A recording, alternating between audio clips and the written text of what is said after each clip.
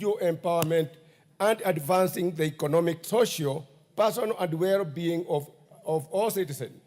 A high dropout rate and poor or lack or enrollment of students diminishes the human capital available and jeopardizes the economic prosperity of the country in the future. Honorable Speaker, it is against this background that I request for a statement from the Chairperson of the Department Committee on Education on the following. A report of the number of school-going children in Yudha constituency and across the country indicating those in school and those out of school. 2, the measure by the government to restore student enrollment in areas such as Othaya constituency, which in the recent years has been declining in the number of students enrolled in primary and secondary school, And 3, the step taken by the government to avert the potential education crisis, especially in the light of the significant drop in enrollment rate owing to the prevailing economic challenges. I thank you, Mr. Speaker, Madam Speaker.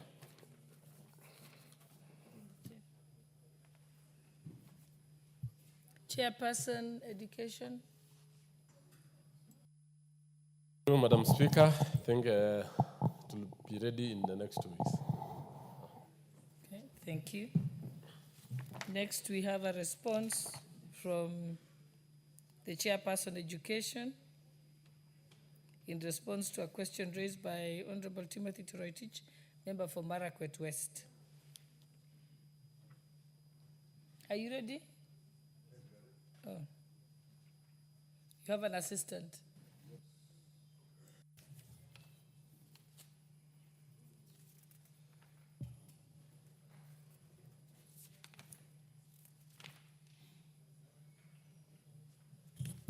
Yeah, thank you, Madam Speaker. I wish to respond on the statement raised by the Honorable Timothy Toroitich, Member of Parliament for Marakwet West, on the status of secondary education quality improvement projects in Marakwet West, what is popularly called SEQIP. Honorable Speaker, it is true that the Ministry of Education, in collaboration with the World Bank, has been implementing the Kenya Secondary Education Quality Improvement Project, SEQIP. This was a 7-year initiative scheduled to run from 7 December 2017 to 31st December 2024. The project aimed to enhance student learning outcomes in secondary education and facilitate smooth transitions from primary to secondary school, particularly in targeted areas. Marakwet West was among the sub-counties selected to benefit from SEQIP interventions.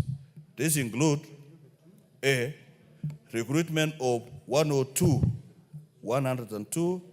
that is for Marakwet West 61, and Marakwet East 41 teachers in science, mathematics, and English to address teacher shortages.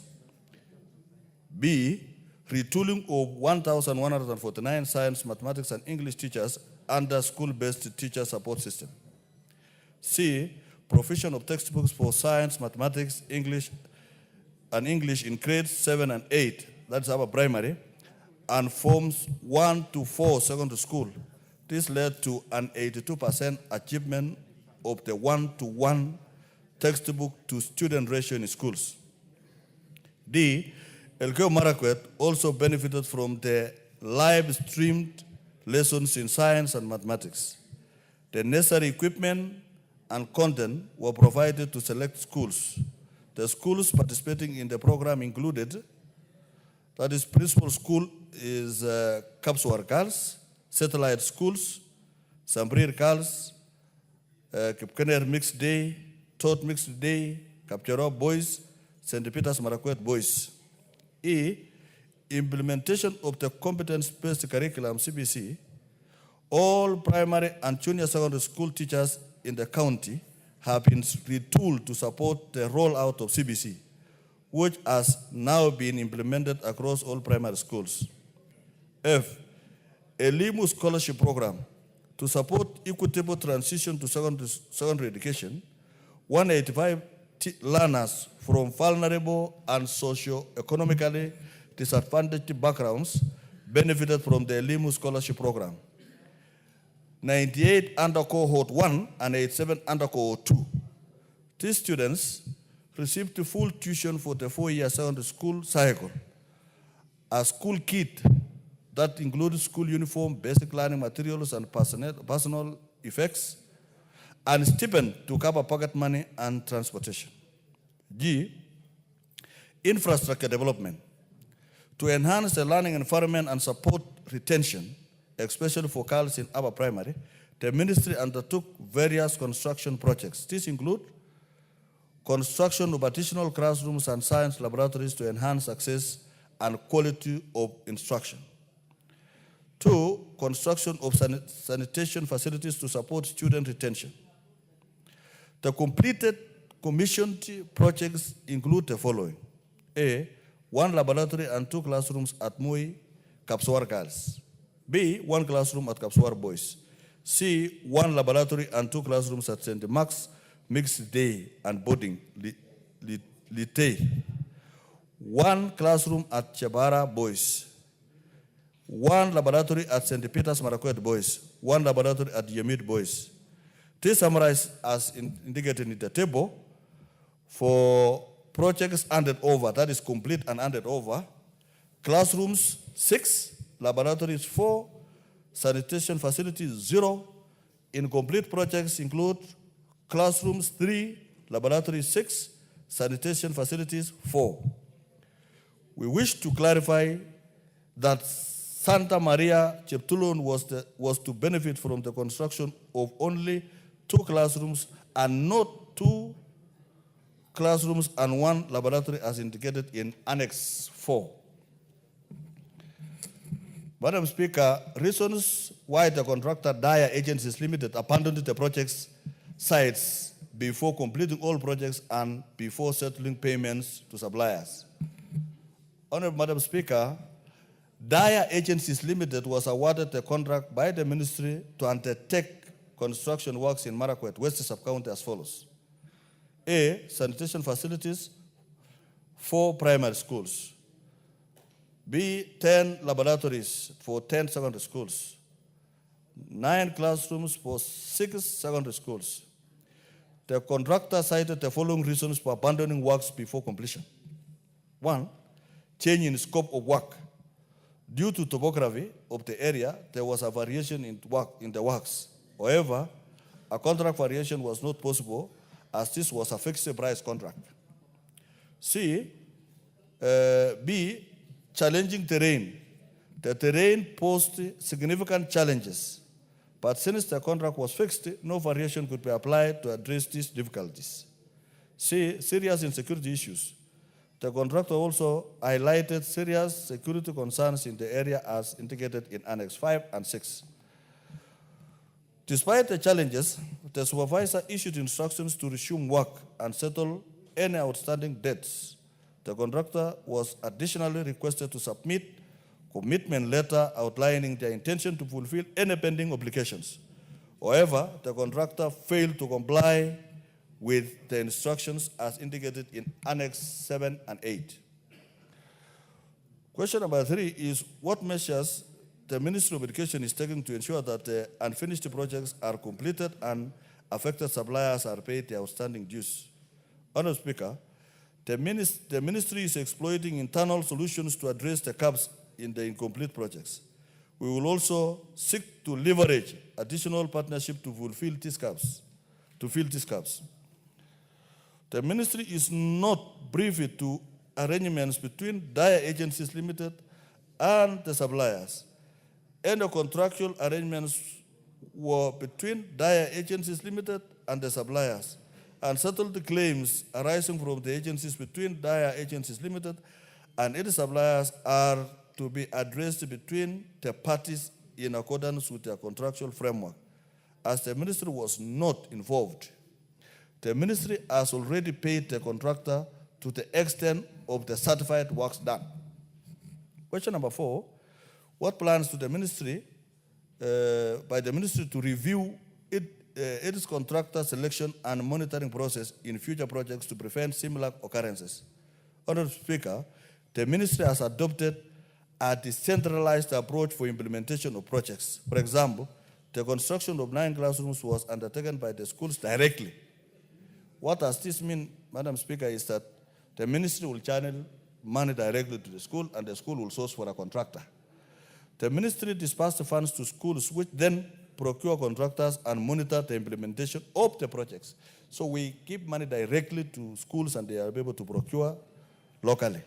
To enhance monitoring and supervision, the ministry will leverage the Geo-Enabling Initiative for Monitoring and Supervision, GEMS, which has been integrated into the National Education Management Information Systems, NEMIS. Through the embedded COBO toolbox, data on school infrastructure will be efficiently captured by both school administrators and field officers. The GEMS tool has been fully incorporated into NEMIS to facilitate real-time monitoring on infrastructure development.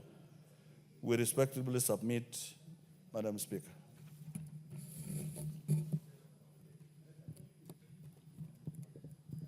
Thank you. Honorable Timothy Cherotich, do you want to say anything about the statement? Thank you, Honorable Speaker, for giving an opportunity to react on that statement. Honorable Speaker, that particular statement does not meet the threshold of a response from a committee that should be able to conduct thorough investigations on such a serious matter. Honorable Speaker, on 14th of March, I brought this statement for this House. Honorable Speaker, these are SECIP projects, secondary education quality improvement projects in my constituency. Honorable Speaker, these were 23 projects. Out of the 23 projects, only 13 were completed. 10 were never started. Some were started and midway the projects have collapsed. Honorable Speaker, the projects are wasting. And Honorable Speaker, you'll be shocked by the report that the committee, my former committee, has given to this House. Honorable Speaker, for the 10 projects that were never started, not completed, one of the grounds they have given, Honorable Speaker, was that over challenging terrain. Honorable Speaker, you are my neighbor in Uasin Gishu. Tell me, Honorable Speaker, St. Teresa Koibara Girls, that is in Marakwet West, Santa Maria Cheptulon, Chebara Girls, Kapcherop, where is the challenging terrain in that area? Honorable Speaker, this is a serious matter that this committee must take up seriously. Honorable Speaker, the second issue they have given, the second reason they have given for not completing, not even start the project, was serious security issues. Where? In Marakwet West. We only have one challenge in one constituency in Marakwet West. Another Maklap is my neighbor in Baringo North. Only a rural ward has security challenges. Honorable Speaker, you are my neighbor in Uasin Gishu. One of the projects that has not been completed, not even started, is in Chebororo Girls. Honorable Speaker, this is a joke. And the problem, Honorable Speaker, that we have with regard to statements in this House is that the committees just actually take and swallow reports from the ministry, hook, line, and sinker, without investigating. Honorable Speaker. Hold on, there's a point of order by the chairperson of education. Thank you, Madam Speaker. Madam Speaker, what Honorable Toroitich is saying is quite untrue. We did a thorough investigation. It is him who actually failed to attend a committee session where we put down the CS on his behalf. He is an absentee member because when we had the CS before us, we notified him, we told him to come, he could not do it. The chair is just conveying And we did a lot of work for you as a member of Marakwet West. In fact, we even asked the questions you are asking us now. So the fact that you come here and say the committee has not done anything, these members, we even went and asked, every contractor has a reconnaissance visit. Why would they not give us the issue of challenging terrain? So in effect, Madam Speaker, I rise here to say that we as a Committee of Education, we did our work. It took us about 2 hours interrogating your question. Now that you come here and say the committee has done nothing is quite absurd, Honorable Toroitich. I think you need to style up and show that we are very serious on that. Honorable Toroitich, did you attend the committee Honorable Speaker, hearing? I wish to remind. Hold on, Honorable Toroitich, just to confirm a fact. Did you attend the committee hearing? Chair, I will cite reasons for not attending the No, committee. but did you? I did yes, attend. But Chair, I was invited. And I informed the clerk of the committee that I was in another meeting in Mombasa, and I was never given a chance for extension of that meeting. But Honorable Speaker, despite that, Honorable Chair, Honorable Meli must be reminded of Article 125 of the Constitution of Kenya, that when a committee of parliament sits, it has the same powers, similar to that of the High Court, to investigate a matter. Honorable Speaker, they are the ones to visit the projects and give this House a detailed response. It is not for him to require a member to attend to a committee to give reports, whereas What's your when point they are of order, sitting, member they are for sitting pursuant There is a to point Article of order 125. from the member of Game. Madam Speaker, I've listened to the chairman of education, my brother, the Honorable Meli. He did not dispute a fact that the Honorable member said that the committee swallowed the report from the ministry. I think from a phonological point of view, that English is incorrect. Thank you. I hope, Honorable Toroitich, you stand corrected.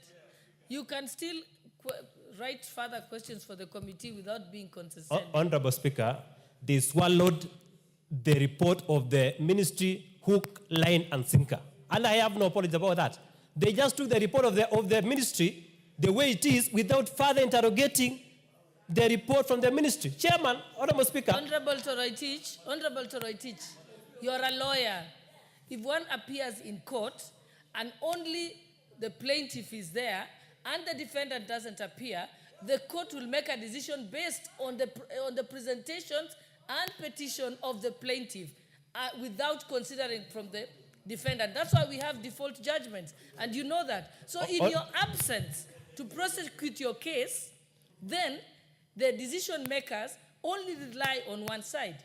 Honorable Speaker. So I think it's important that you take responsibility. You can ask Honorable the Speaker. committee to relook at your matter, but on the undertaking that you will appear. Honorable Speaker, with due respect to the ruling you've given, Honorable Speaker, Article 125 is very clear that when a committee of parliament is sitting, they are equivalent to the High Court. They should interrogate witnesses.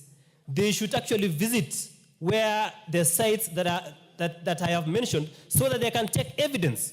Honorable Speaker, the committee has given a report that is unsubstantiated, and therefore, Honorable Speaker, I kindly request that pursuant to Article 125, as read with Standing Order 1, that you direct that the committee visits actually the projects to ascertain the actual problem that we have on the ground. Thank you, Honorable Speaker. Yeah, Honorable Toroitich, I don't think you understand. Let me repeat what I said. Honorable Toroitich, like we said, you're saying they have the powers of a high court. Our courts are an adversarial system. Both sides must appear. If one side does not appear, a default judgment. That means a judgment in the absence of considering the other side's case will be made. Had you appeared before the committee, you would then have requested that they visit the site. But you're telling the committee did move on. You wanted it to move on its own motion without guidance from you who had made the question. So I think it's important that, yes, what you have raised is very significant. And I recognize that.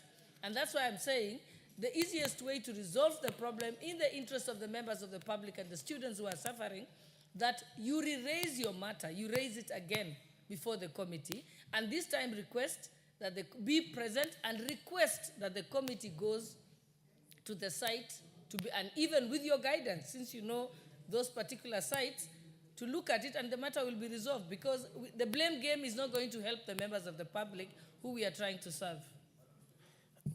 I am well guided, Honorable Speaker. Honorable Speaker, having made that ruling, I also request that now that you redirect that this matter be taken back to the committee, I will do a letter to reappear before the committee and make my submissions so that the committee can fully investigate this matter, because, Honorable Speaker, there is no value for money for these projects.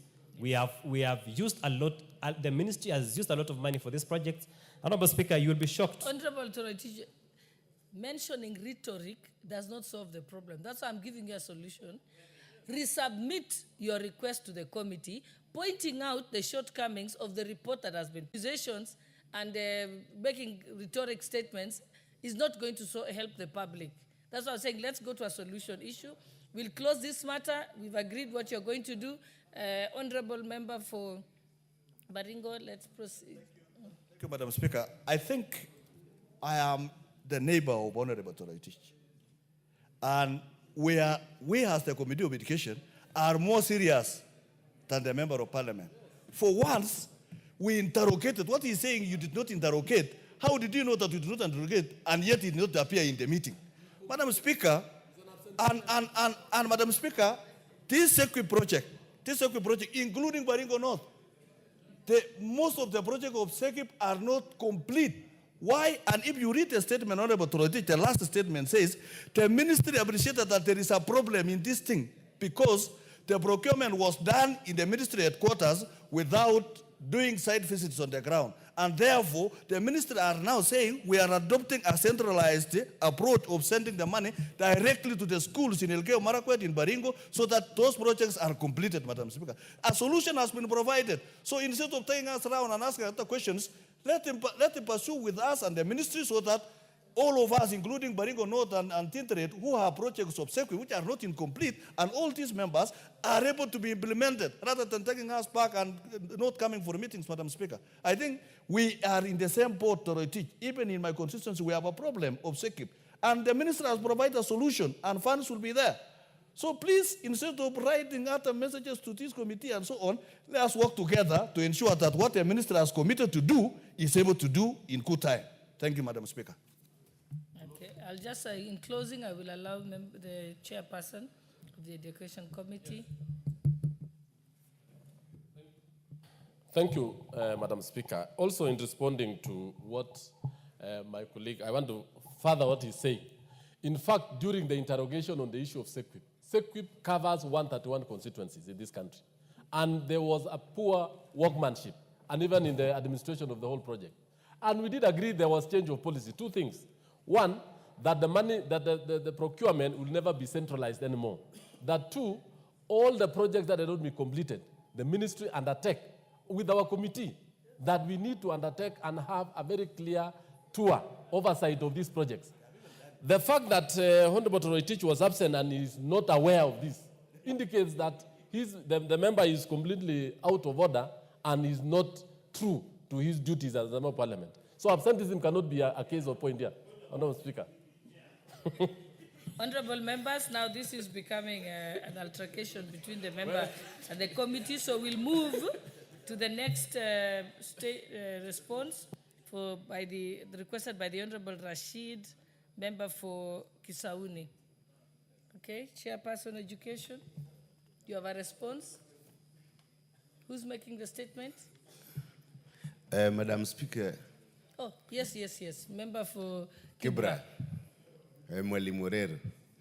I rise to make a response on the request for a statement on the criteria for recognition and equation of certificates and a diploma obtained from schools offering international curriculum in Kenya. This was asked by Honorable Rashid Benzima, MP for Kisauni constituency. Madam Speaker, the question has three limbs, which we wish to respond as follows. The reasons for the inordinate delay in NEC in formulating guidelines on equation of certificates or diplomas obtained from schools offering international curriculum within the country. 2. Section 10(2)(e) of the Kenya National Examination Council Act 2012 outlines one of the functions of NEC as being to equate certificates issued by accredited foreign examining bodies with the qualifications awarded by the Council. 3. Section 48 of the same Acts grants the Council the powers to make rules, including rules of the equations of certificates, including prescribing what examinations may be equated by the Council. 4. Pursuant to this provision, the Council enacted the Kenya National Examination Council Equation of Certificate Rules 2015 and the Guidelines on Equation of Foreign Certificates, which was revised in Edition 4, Annex 1 and A and B. 5. Both the rules and the guidelines provide that the Council shall not equate A, a certificate for a course offered within Kenya and identical or similar to that offered by the Council. B, foreign certificates awarded within Kenya. And C, any other certificate that in the opinion of the Council may be non-equitable.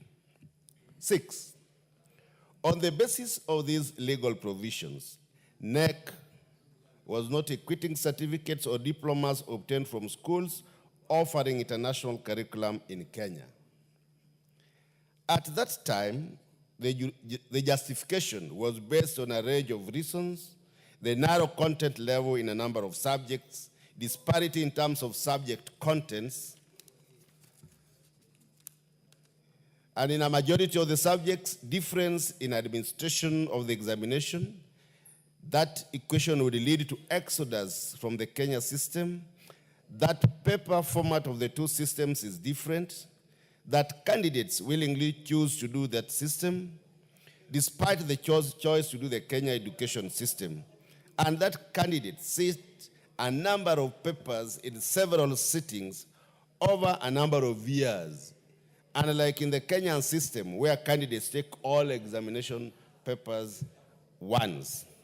By 8, this position was declared unconstitutional by the High Court in the case of Dennis Kaboya Mucheke versus Kenya National Exam Council and 2 others. The court found that the foregoing rules and guidelines to be unconstitutional for being discriminatory. 9, following the judgment, the NEC has been working with various exam bodies to develop the method for equating these certificates. The Kenya Association of International Schools has been coordinating the submission of the documents required for the development of the equation criteria from various examination boards operating in Kenya. The development of an equation criterion entails evaluation of the curriculum in question, teaching syllabi, mode of teaching, assessment, grading, and certification, in order to ascertain how a given curriculum would compare with the Kenyan education system. This is an exercise undertaken by NEC subjects officers together with the Kenya Institute of Curriculum Development and the Directorate of Quality Assurance at the Ministry of Education. Madam Speaker, to date, the equation criteria of Mr. Speaker, the equation criteria of 2 main foreign exam boards, that is Pearson, Edexcel, and International Baccalaureate, have been developed and are being implemented. Cambridge International, which is also a major exam board operating in Kenya, is in the process of submitting documents for evaluation. The measures undertaken by the Ministry of Education to facilitate the equation of certificates and diplomas obtained from international schools in the country, thereby allowing these students access to local university admission and public sector employment opportunities. The action taken by the Ministry of Education to address the challenges faced by these students of international curricula who are impacted by NEC. Mr. Speaker, sir, As indicated above, the legal provision that has been preventing NEC from equating certificates and other diplomas obtained from schools offering international curricula were nullified by the High Court. Consequently, NEC is now working with the examination bodies and other stakeholders to develop criteria for equation. As noted earlier, for examination bodies for which the criteria have been developed, NEC is already undertaking equation. We are working with other exam bodies to develop the criteria for the equation in respect of their certificate and diplomas. Thank you, Mr. Speaker.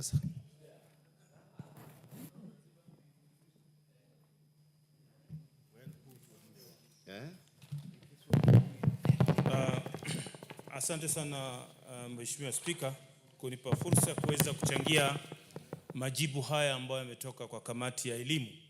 Kwanza niwapongeze sana kamati ya elimu kwa bidii na juhudi waliofanya, kwa sababu swala hili limechukua muda mrefu kujibiwa, lakini wamechukua nafasi na jukumu la kuweza kumuita waziri kuja kumuuliza. Hata mimi niliulizwa kama nina nafasi niweze kukaa hapo. Kwa hivyo mimi nimeridhika na majibu hayo, nimeridhika kwa moyo wangu wote, lakini nitasema nitahimiza ile kamati ambayo inashughulikia kwamba wanakuja kuwafikiana, wachukue kwa haraka waweze kuwafikiana, ili wale wanaopata shida kule nje isipatikane tena. Sasa kuna ajira zinakuja za jeshi, za polisi, kwa hivyo lazima wao wahusishwe, ajira za kiserikali. Kwa hivyo waharakishe ili iwe wazi sasa kwamba ni sheria iwe yaweza kutumika.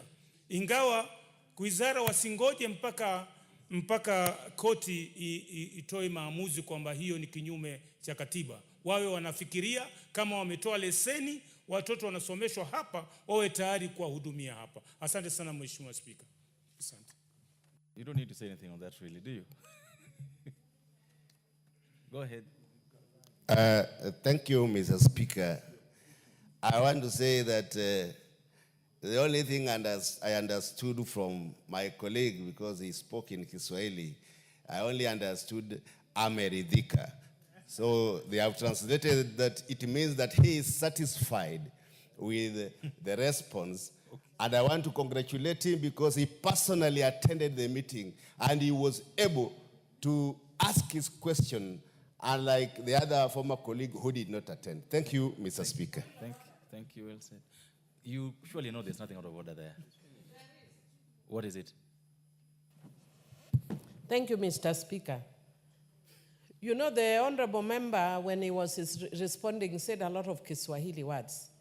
And Honorable Orero, whose family I know very well, they were immediate neighbors when we were growing up, has said that Yoni knows the word kuredhika.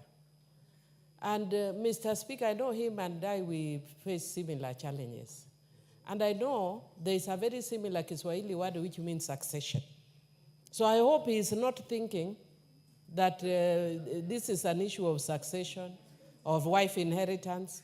So perhaps it needs to be translated for in English. The Honorable Orero, umeridhika? Mr. Speaker, I like the way my colleague always thinks about succession because he knows we come from the same area and I am a potential for that succession.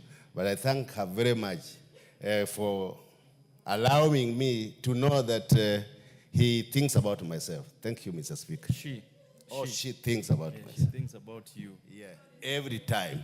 She thinks about you every time. Okay. Members, before we go to the next order, join me in welcoming students from Nguluni Secondary School, Kaiti constituency, Makueni County. They are sitting in the public gallery. And students from South Tetu Girls High School, Mkroeni constituency, Nyeri, they are sitting in the speaker's gallery.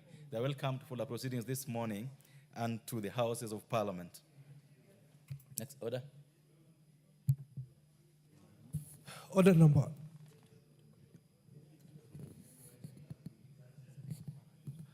Order number 8, the Agriculture and Livestock Extension Services Bill, Senate Bill number 12 of 2022. Question to be put. Members, I will defer that question to be put to the next time this bill is put in the order paper for obvious reasons, for lack of numbers. Next order. Order number 9, the Basic Education Amendment Bill, National Assembly Bill number 3 of 2025, first reading. The Honorable Nyikal.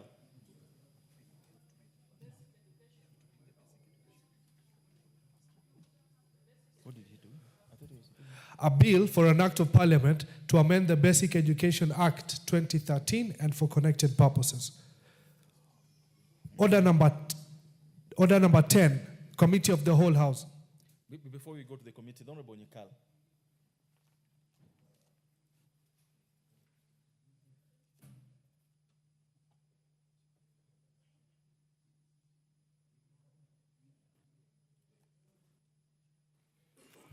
Can use that. Thank you, Mr. Speaker. Mr. Speaker, I wish to ask that we actually stand down this order. The last time we had it, it was agreed that there was some number of clauses where we had to harmonize, and I was given the task to harmonize between the proposer and also the Honorable Kaluma, who had brought many amendments. We have started that process. And Mr. Speaker, it's a little lengthy process. We are working on it, we are making progress, and I would ask that we get more time to actually complete the process. And therefore, I ask that this order be stood down. Once again, hopefully for the last time, we intend to finish it and bring it up. Thank you, Mr. Speaker. There's the Honorable Millie Odhiambo. Thank you, Mr. Speaker. Mr. Speaker, we actually engaged with Honorable Kaluma and Honorable Nyikal on this bill yesterday. All I want to say, Mr. Speaker, is that if you actually look at the very first time it was stepped down for harmonization, it's been a very long time. I think it's almost now a year, if my memory serves me right. So I've agreed actually for a last harmonization process. So we were actually waiting so that after this we go for that harmonization, because I agree largely with most of the proposed amendments by the committee. So the harmonization we need to agree is much more between me and Kaluma and Honorable Karuma Soli and the committee. And I would want to request that should we not be able to complete by next week, that we should proceed the next time it is here. Maybe not by tomorrow, but next week. I would be ready, able, and willing to proceed. And finally, Mr. Speaker, I just wanted to say, and I'm noticed Honorable Borrero has left, but I made reference to their family. I know their family, they were neighbors. He was my junior in Luo culture. Juniors don't inherit, so I will be training him about culture.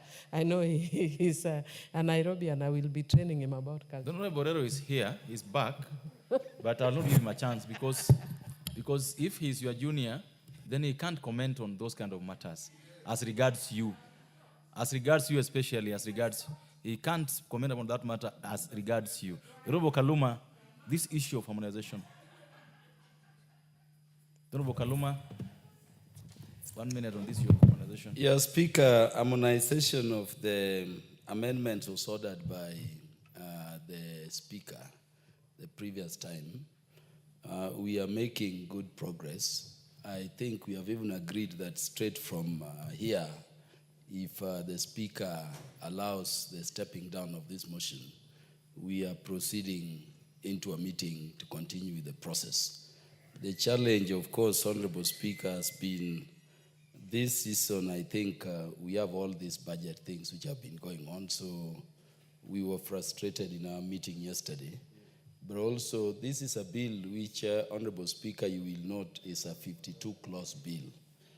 But the amendments proposed, some very substantive, are also over 60 new provisions. So it requires that in addition to the novelty of the matter the bill is dealing with, those of us who are very concerned about it get good time to thrash it, because it's a very novel area. Thank you. So we commit to the House, Honorable Speaker, that Honorable Millie, of course, is in the leadership.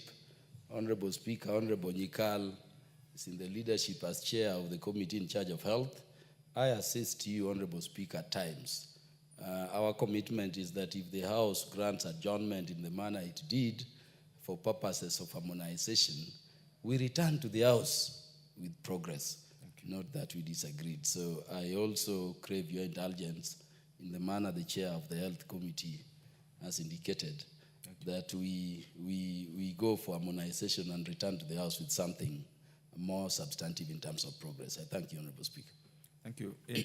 In view of the fact that this matter for harmonization has taken a long time, it's actually more than a year, I order that the report of that exercise of harmonization be brought to the House on Wednesday next week. And I hope you understand that we want a report of the harmonization, whether it's a blank page or agreed clauses. We have to get a report before we go into the committee. I hope that's understood. So we'll expect a report from you, Chairperson, Health Committee, alongside the bill itself. So the order number 10 is therefore accordingly stood down. Next order. Order number 11, the County Government's Amendment Bill, Senate Bill number 25 of 2023. Second reading. The Honorable Timothy Toritich. Thank you, Honorable Speaker, for that opportunity. Honorable Speaker, this morning I had intended to move this bill, the County Government's Amendment Bill 2023, which, Honorable Speaker, is a bill for an Act of Parliament to amend the County Governments Act to increase the threshold for the removal of a member of a county executive committee and for connected purposes. But, Honorable Speaker, with a lot of humility, I would wish that this bill be stood down or be deferred, for the reason, Honorable Speaker, that we had an engagement with the chairperson, Committee on Security, which actually was to second this bill on some aspects of the bill, as well as the move of the motion of the bill at the Senate, the sponsor of the bill at the Senate, the Honorable Cherargei. Honorable Speaker, for that reason, and also to add some value to this, to my submission in the second reading, I humbly request that this bill be deferred to the Wednesday of 2nd July if the House so orders. Thank you, Honorable Speaker. Okay, thank you so much, the Honorable Timothy. For the reasons advanced by the Honorable Timothy, this bill is also stood down to the next time it is read in order paper. I won't be able to say when, as of now. Thank you. Next order. Order number 12, motion. Implementation of the universal health coverage, end of a policy on mandatory use of public health care facilities by public officers. The Honorable Sabina Chege.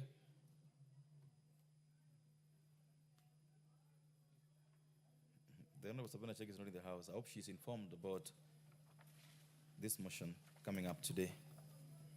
Because she's not there, the motion is also stood down for the reason of absence of the mover. Next order. Order number 13, motion. Formulation of a regulatory framework on artificial intelligence in the country. The Honorable Marianne Kitang. Interesting. Members are aware of their motions being the order paper and they're not turning up. The motion is also deferred for the reason of absence of the sponsor. Next order. Order number 14, motion. Formulation of a land use policy on zoning of land for agriculture and built development. Honorable Timothy Wanyonyi. Also not in the House. So members, the order therein is stood down for absence of the sponsor of the motion. Next order. Order number 15, motion. Formulation of a reward scheme for accomplishments by sports persons in international competitions.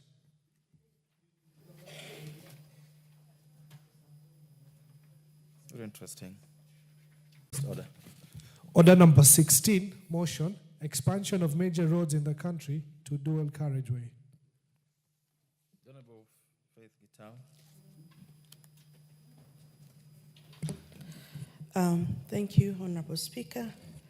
I beg to move that aware that the Kenya Roads Act 2007 provides for the establishment of road authorities responsible for, among other functions, the management and development of roads under their respective purview, and for developing and providing adequate transport infrastructure that guarantees safe and efficient movement of people, goods, and services across the country and beyond. Further aware that the first schedule of the Kenya Roads Act provides for the classification of national trunk roads in classes A, B, and C, recognizing that the fourth schedule to the Constitution assigns to the national government the function of construction and operation of national trunk roads, noting that a significant portion of highways in the national trunk road network are currently single carriageways, concerned that single carriageway roads pose multifaceted challenges, including traffic congestion during peak periods, which limits movement of people, goods, and services across regions and increases vulnerability to road accidents. Further concerned that the lack of footbridges and safe pedestrian crossing areas on these high traffic roads has been a leading contributor to the surge in road accidents in the recent past. Cognizant of the duty of the government to provide a reliable transport system for efficient traffic management, economic development, and bolstering interconnectivity among all regions in the country and beyond. Now, therefore, this House resolves that the government, through the Ministry of Roads and Transport, undertakes an expansion program of national trunk roads with a view of upgrading all classes A, B, and C roads in the country from two-way lanes, dual carriageway, one-way roads, with the necessary infrastructure that include footbridges, safe crossing zones at regular intervals, proper drainage systems, and other requisite infrastructure for their optimal operation. Honorable Speaker, the efficient functioning of a country's economy depends largely on the adequacy and efficiency of its transport system. An efficient transportation network plays a significant role in accessing public facilities both in rural and urban areas of the country. The main purpose of effective transportation, Honorable Speaker, especially in urban areas, is to meet the demand for passenger and freight movement. One fundamental fact is that transportation is an indispensable component of the economy, playing a pivotal role in connecting cities and driving growth. Honorable Speaker, our country faces significant challenges in areas of road safety, traffic congestion, and urban infrastructure, particularly along major highways. In recent times, road accidents have become alarmingly common, often resulting in the loss of lives. Recent statistics regarding road accidents from the National Transport and Safety Authority, NTSA, paints a very grim picture. Between 1st January and 30th March 2024, 7,198 Kenyans were involved in road accidents. Tragically, 1,189 persons lost their lives, while 3,316 were seriously injured. Most alarmingly, pedestrians accounted for the highest fatalities. These figures underscore the critical need for the Ministry of Roads and Transport to undertake decisive action to ensure road safety. The rapid growth of our population has exacerbated these issues, leading to increased traffic volumes and severe congestion in major cities. To address these challenges, we must implement targeted road engineering solutions, particularly the expansion of major roads into dual carriageways. Additionally, we need to implement sophisticated movement control measures such as traffic lights, pedestrian crossing, warning signs, and road markings. These measures will not only ensure road safety, but also provide a platform for economic growth and development by easing the movement of goods and the people. Honorable Speaker, the fourth schedule to our Constitution clearly lays out the distribution of functions between the national government and county governments. Part 1, Section 18 assigns the national government responsibility for road traffic and the construction and operation of national trunk roads. Furthermore, the Kenya Roads Act 2007 established the Kenya National Highways Authority, that is KENHA, responsible for the development, rehabilitation, management, and maintenance of all national trunk roads. This includes Class A, B, C roads in linking centers of international and national importance.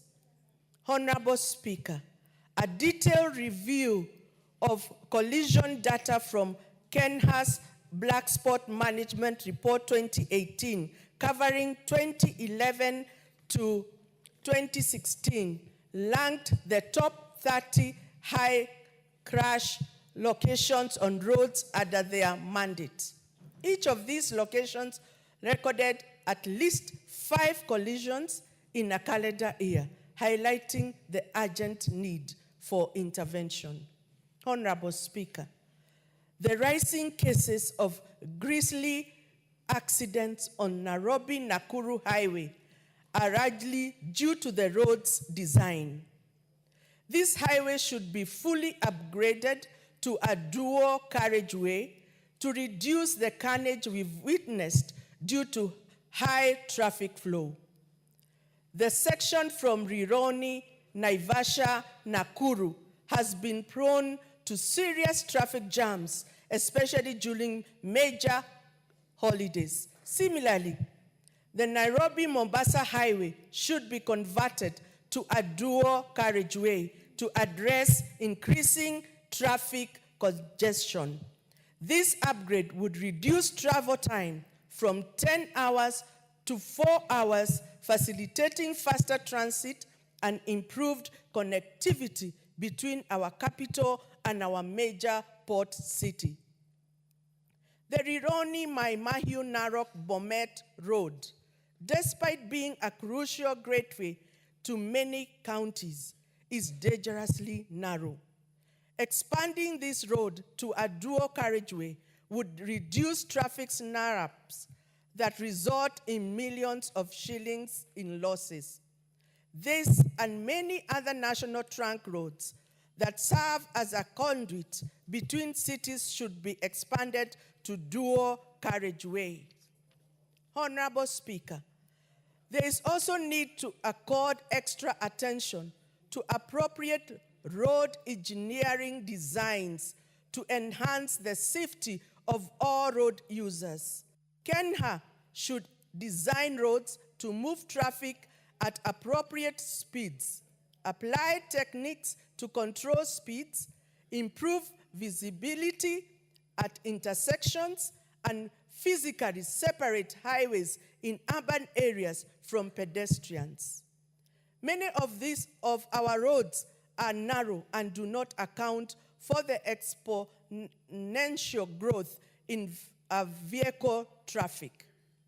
Statistics show a high percentage of accidents are head-on collisions, especially at known black spot areas. The successful design of the road on Sarga area along Nakuru Eldoret Road to a dual carriageway proves that a redesign on major national trunk roads can significantly reduce traffic accidents. Honorable Speaker, KENHA should also provide engineering facilities like footbridges, central barriers, road underpasses, and sidewalks to safeguard pedestrians and non-motorized traffic. They should address the insufficient or absent road signs and markings at dangerous sites, which contribute to many accidents. A prime example is the Waiyaki Way dual carriage from James Gechoro to Rironi. The road lacks essential safety measures. It has no lighting, no marked strips, lacks service lanes, and has no pedestrian crossing. It is crucial to note that this area serves a large population from surrounding towns such as Kangemi, Odhero, Kinoo, Kikuyu, Zambezi, and other nearby settlements.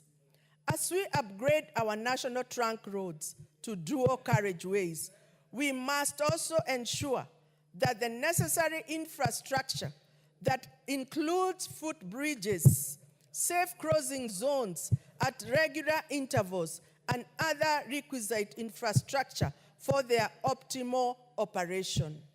Additionally, Honorable Speaker, we must replace non-standard and non-retroreflective road signage with high-intensity signs for better visibility, especially at night. Honorable Speaker, the impact of dual carriageways for sustainable socio-economic development of any nation cannot be overemphasized. The dualing of classes A, B, and C roads should be prioritized, as this would go a long way in reducing transit time and minimizing accidents caused by dangerous overtaking. Moreover, enhancing our road infrastructure will significantly bolster our economy by easing the movement of goods and people, decongesting major cities, and reducing transportation costs. Improved road networks will attract investment, stimulate trade, and create job opportunities, thereby fostering economic development across all regions of our country. In conclusion, Honorable Speaker, and in light of these considerations, I urge this House to support this motion for the betterment of our nation's infrastructure, economy, and most importantly, the protection of Kenyan lives. This expansion will be a critical step towards a safer and more prosperous country. By investing in this road expansion program, we are investing in the future of our country, a future where citizens can live and travel safely. Our businesses can thrive and our economy grows further. Thank you, Honorable Speaker. Honorable Speaker, I beg to move and request Honorable Pauline Ruiz, County Member of Parliament for Samburu, to second.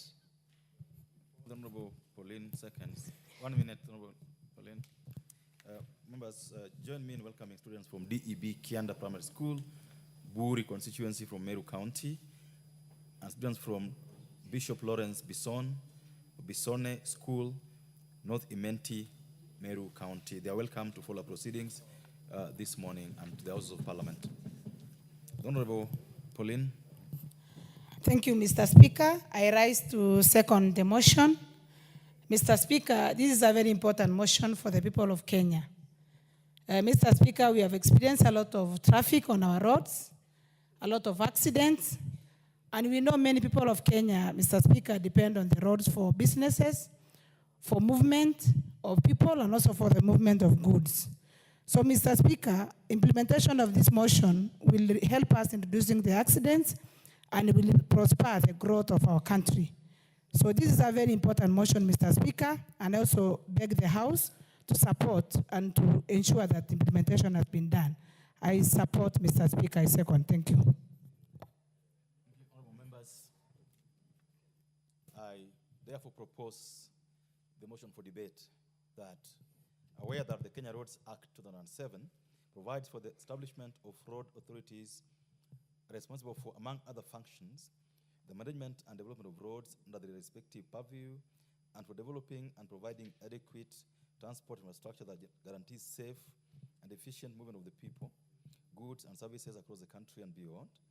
Further, aware that the first schedule of the Kenya Roads Act provides for the classification of national trunk roads into classes A, B, and C, recognizing that the fourth schedule of the Constitution assigns the national government the function of construction and operation of national trunk roads, noting that a significant portion of highways in the national trunk road network are currently single carriageways, concerned that single carriageway roads pose multifaceted challenges, including traffic congestion during peak periods, which limit movement of people, goods, and services across regions and increases vulnerability to road accidents. Further concerned that the lack of footbridges and safe pedestrian crossing areas on these high traffic roads has been a leading contributor to the surge in road accidents in the recent past, and cognizant of the duty of the government to provide a reliable transport system for efficient traffic management, economic development, and bolstering interconnectivity among all regions in the country and beyond. Now, therefore, this House resolves that the government, through the Ministry of Roads and Transport, undertakes an expansion program of national trunk roads with a view of upgrading all classes A, B, and C necessary infrastructure that include footbridges, safe crossing zones at regular roads in the country, from two-way lanes to dual carriageway, one-way roads with intervals, proper drainage systems, and other requisite infrastructure for the optimal operation. The Honorable Deputy Majority Leader. Thank you, Honorable Speaker. Honorable Speaker, I want to stand to support this motion by the Honorable Faith Gitau, MP, on the expansion of major roads in the country to dual carriageways. Honorable Speaker, but before I go into the details of the motion and to offer my very sincere support, I want to take cognizance of the fact that today is Wednesday morning. We as a Parliament and National Assembly spare time for members' businesses, private members' business, that includes bills and motions. But Honorable Speaker, it is very sad to note that members sponsor bills, motions, they're put on the calendar and they are programmed to be debated today, but they fail to turn up, Honorable Speaker, that we have to step down, these motions. Honorable Speaker, we would have used that time properly if they had given notice that they would not be here. The clerk of the assembly does a very good job to remind every member early morning, even previous, a day before, that these are the motions that will be on the order paper, and the order paper is available. And members, I expect them to look at the order paper, and if you not be available, to actually say it in good time so that your motion is not put. There are very many members here, Honorables, who have motions, but those motions are not programmed because others are ahead of them. But Honorable Speaker, to have a situation like this is unacceptable. So I would like to ask members, if you have a motion, if you have a bill, I'm sure the Honorable Kajuang has a bill that has been scheduled to come later. He's a good member. He comes to the house all the time. But his bill cannot find space because others are ahead. And yet those people do not come to the chamber.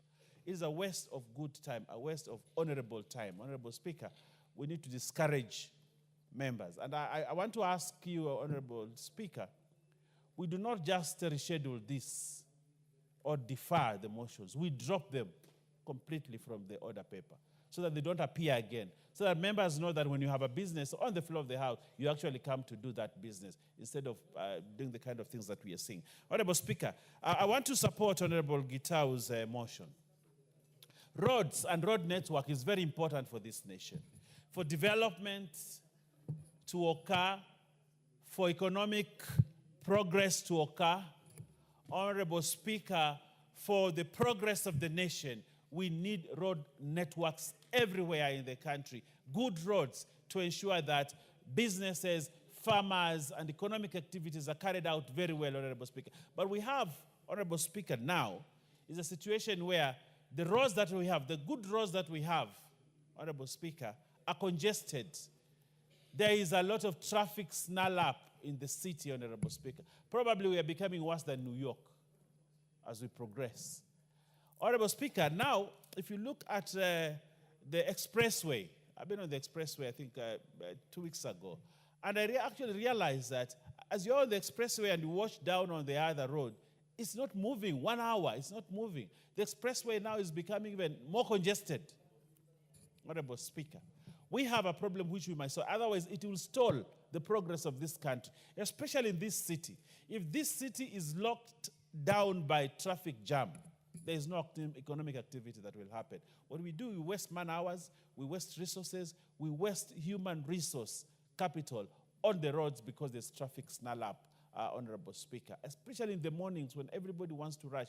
So I want to request that as we move forward as government, we must, like Faith Gitau says, do all our roads so that we have dual carriageways in Nairobi. Honorable Speaker, one of the problems that I have seen is the problem of roundabouts. The more roundabouts you have in this city, the more traffic congestion you have.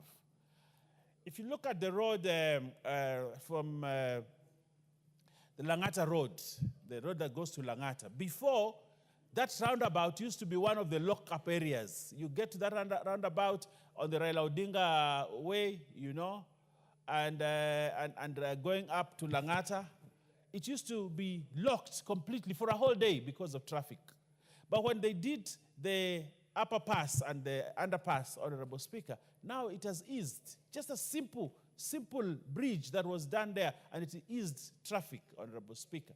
I want to request the city, county of Nairobi, and the Ministry of Roads to actually move with speed to remove these roundabouts in this country that actually cause huge traffic jam as we prepare to do all our roads.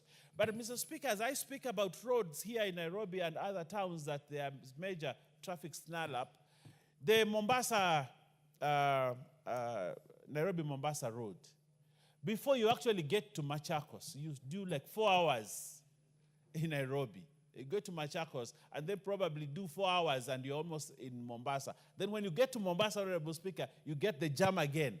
So you do 16 hours on the road just because you can't leave Nairobi faster and you can't get into Mombasa faster. Honorable Speaker, I am happy that this government is considering dualing that road. And I think the contract is in the offing to ensure that we dual that road to Mombasa and actually give, you know, the port of Mombasa, for it to be efficient, for the port of Mombasa to be efficient, it requires good road networks.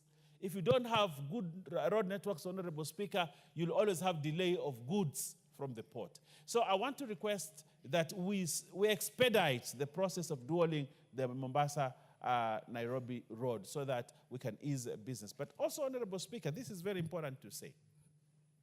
Agriculture still remains the mainstay of this country. A lot of agricultural activities happen in the rural areas. But these rural areas have a problem of roads. They are not just tarmac roads. They are not even graded roads. They are just rough earth roads. What we lose in terms of post-harvest losses, Honorable Speaker, is colossal. Because you can't get your goods to the market because of bad roads. But these roads, Honorable Speaker, mostly are in the hands of the counties.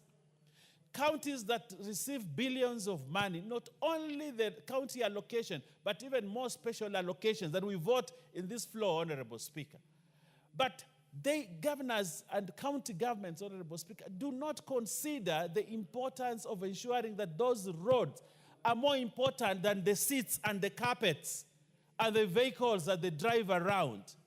If they were to open the roads in the rural areas and tarmac them, Honorable Speaker, and ensure that farmers have good access of their products to the market, Honorable Speaker, they will raise more revenue and even use that revenue to even buy golden seeds if they want, Honorable Speaker. But what they do is they want to buy the seeds, Honorable Speaker, before they open taps for revenue to come in. One of the best ways to open taps for revenue to come in into the counties, Honorable Speaker, is to ensure you have access of farm products to the markets, Honorable Speaker. So I want to request counties that are there to have a target. I hate to interrupt you, but last time I checked, you were in some county as a very senior official. Yes. I hope you didn't buy a seat. No, Honorable Speaker. When I served as in the county, Honorable Speaker, I ensured that money went into roads, hospitals, and proper infrastructure for the people. When I actually sat on a very simple seat that I bought around 2,000 shillings, Honorable Speaker.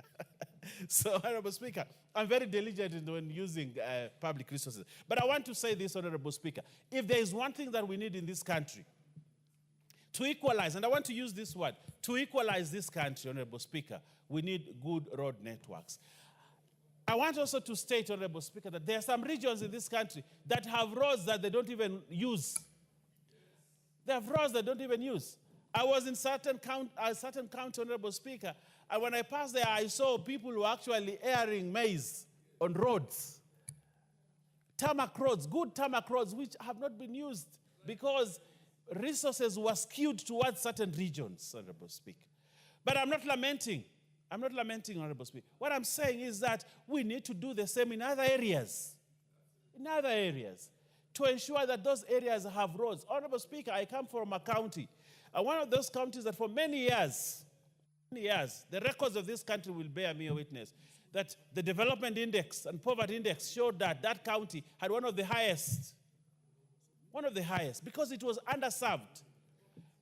Many Kenyans knew a constituency or a sub-county called Ganze. They knew it, not because of great things, but it was in Kenyan papers and Kenya because of poverty levels. If you ask Farah, do you know Ganze? He say, yes, that very poor part of Kenya. Why? Because nobody thought of constructing a road there.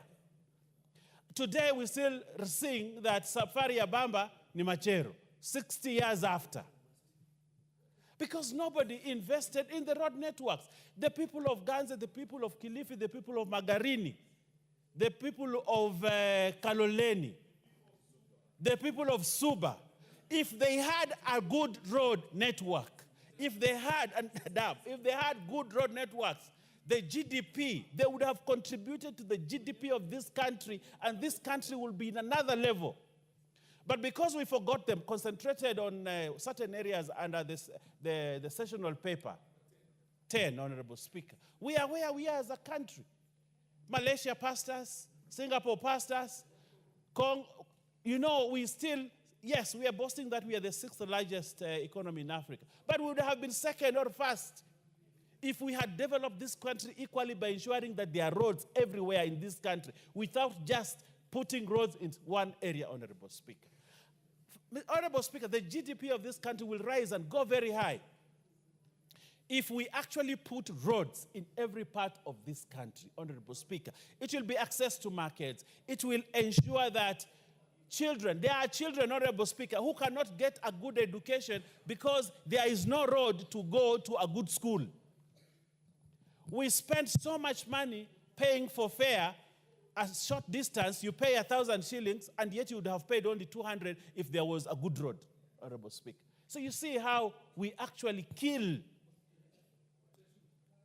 There's a book called Killing the Sun of Africa, Honorable Speaker. That's what we have done in this country to skew development to certain regions. But I want to be happy about what Sam Atande and his team did, the budget committee, to ensure that resources in this budget that we were passing here yesterday on the Committee of Supply, we have now we are now putting money in every part of this country to ensure there's equitable development. Had we done this 20 years ago, Honorable Speaker, the GDP of this country would be very high. We would not be speaking about poverty. We would not be speaking about people being poor. Agriculture would develop faster. Health facilities would develop faster. Education will be at a higher level if we ensure that every part of this country had good road networks, Honorable Speaker. So the motion that the Honorable Faith Gitau is bringing to this House is a very important motion. Actually, it is an economic empowerment motion.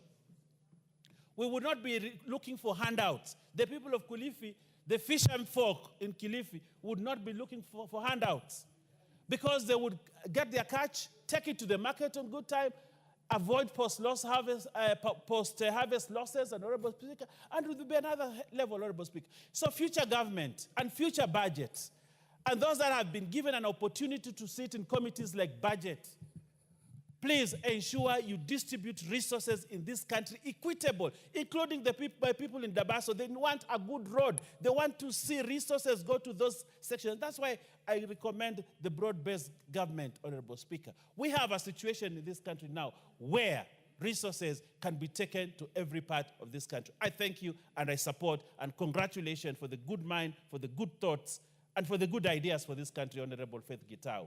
And standing up for Kenya and standing up for the marginalized parts of this country. I thank you, Honorable Speaker. Thank you. The member for Murwa Dikir. Thank you, Mr. Speaker.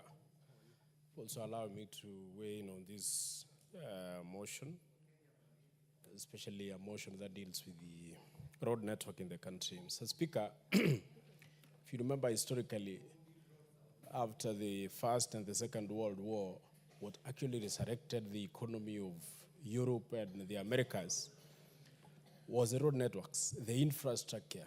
They actually put all their monies and their efforts on the building the infrastructure because, Mr. Speaker, infrastructure is a key to any development in any country. Without infrastructure, Mr. Speaker, there is no development. Mr. Speaker, I really wish to support this particular motion and I wish it can be made a reality, Mr. Speaker, because I also hope it is not going to end up in the coffers of this National Assembly, Mr. Speaker. I wish it is going to be made a reality and I wish the Committee on Infrastructure and Roads will have a case study on this particular motion, Mr. Speaker, and especially the contribution made by members who would have contributed in this particular motion. So, Speaker, when you look at the situation that we have in the country, especially when you start with the accidents, the reason why we have a lot of accidents in our highways is because the roads are too thin or too narrow.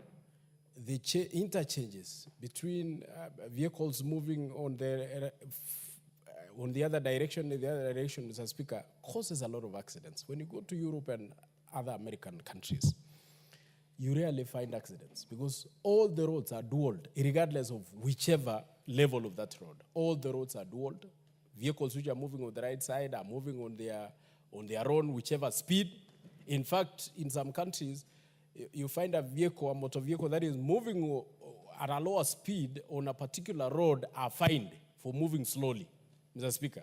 The reason is because they cannot cause any accidents. No vehicles are meeting on the road. But in our case, Mr. Speaker, all the roads are single roads. I mean, most of the accidents that happen, Mr. Speaker, is because there is no, most of the vehicles, when they are doing the overtaking, Mr. Speaker, they cause a lot of accidents. Speaker, if we want also to move goods and services faster to other areas, Mr. Speaker, our road networks have to be properly done. And Mr. Speaker, the suggestion by Mheshimiwa, the proponent of this motion, Mr. Speaker, is that why can't we dual all the highways, especially the road from Mombasa to Nairobi, Nairobi to Malaba, we dual roads to Kisumu, we dual roads to Kericho, we dual roads to